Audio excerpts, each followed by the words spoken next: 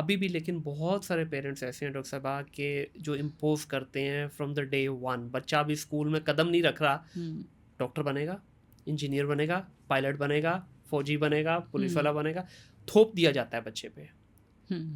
उससे उसका नतीजा क्या निकला? एक टाइम पे हमने एमबीए ही एमबीए भर दिया, एक टाइम पे डॉक्टर ही डॉक्टर भर दिया, एक टाइम पे हमने इंजीनियर ही भर दिया।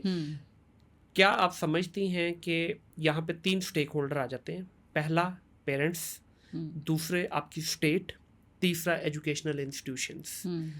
क्या हम डिमांड बेस्ड चलना चाहिए हमें? मिसाल के तौर पे अब जिस तरह एआई का दौर है इस वक्त, क्या हमें फोर्सी नहीं करना कि आने वाले अगले 50 साल में, 10 साल में, 20 साल में, 30 साल में क्या चाहिए हमारे मुल्क के अंदर?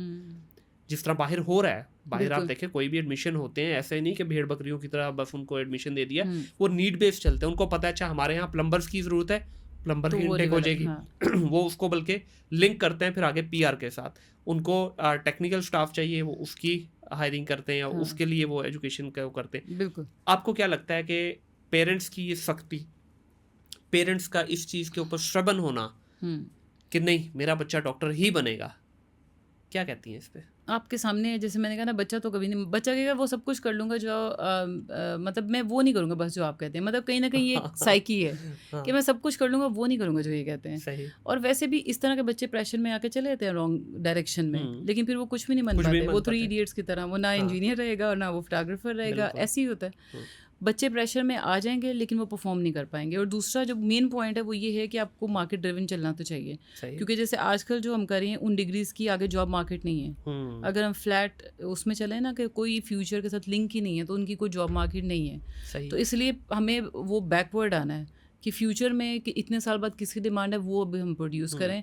अब रहेगी पेरेंट्स वाली बात, तो पेरेंट्स को तो ज़ाहिर है आप अवेयरनेस देंगे तो, वरना वो पुराने उस डॉक्टर इंजीनियर उस पर रहेंगे, जबकि अब डॉक्टर इंजीनियर से ज़्यादा कमा रहे हैं। आप वैसे बाय द वे यूट्यूबर्स, हम ये नहीं कह रहे यूट्यूबर बन जाए सारे, लेकिन स्किल्स जी बच्चे के अंदर, जो मैं अपने स्टूडेंट्स से भी एंटरप्रेन्योरशिप, आप स्किल्स सेल्फ एम्प्लॉयड करें। आपको क्या ज़रूरत है किसी की जॉब की? आपने ये डॉक्टर साहब एक बच्चे को अगर एंटरप्रेन्योरशिप का दूध तावीज़ घोल के पिला दिया ना, वो चने की रेडी लगाएगा उसमें भी कामयाब होगा। बिल्कुल। वो एक आईटी कंपनी बनाएगा उसमें भी कामयाब होगा। ठीक है, वो घर बनाएगा उसमें भी कामयाब, वो हर चीज़ में होगा, क्योंकि आपने उसको बेसिक फॉर्मूला डाल दिया उसके अंदर, उसको वो कुलिया दे दिया कि ज़िंदगी में गिर के कैसे उठना है, वो हम देते नहीं। और फॉलोवर बनना, हम बस फॉलोवर बनना सिखाते हैं कि डॉक्टर बन, जो सारे डॉक्टर थे तो तुम भी ऐसे करना। मैं जॉब नौकरी है, आप नौकरी हैं वहाँ पे, आपका काम नहीं है। इसलिए कहते हैं ना कि एक जॉब आपकी फैमिली चलाती है, बिजनेस आपकी नस्लें चलाता है। एग्जैक्टली। तो एंटरप्रेन्योर्स हमें बनाने की ज़रूरत है। अभी स्कूल बिल्कुल छोटे लेवल पे, बल्कि 1-2 स्कूल से मेरी बात भी हुई और मेरे साथ कुछ 1-2 कोलीग भी, वो भी बड़ा इंटरेस्टिंग थे। वाई नॉट छोटे बच्चों को एंटरप्रेन्योर्स आइडियाज़ की तरफ लेके आए।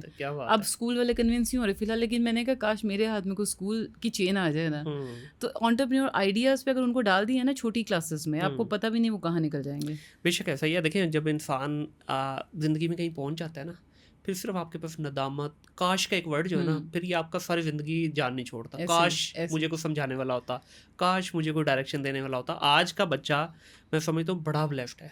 हमारे दौर में कौन था बताने वाला?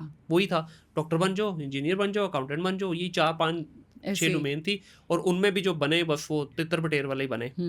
आज का बच्चा बड़ा ब्लेस्ड है, उसको गाइडेंस तो मिल ही रही है, प्लस उसके लिए बैरियर्स खत्म हो गए, बॉर्डर्स खत्म हो गए। वो जो सीखना चाहिए वो सीख सकता है।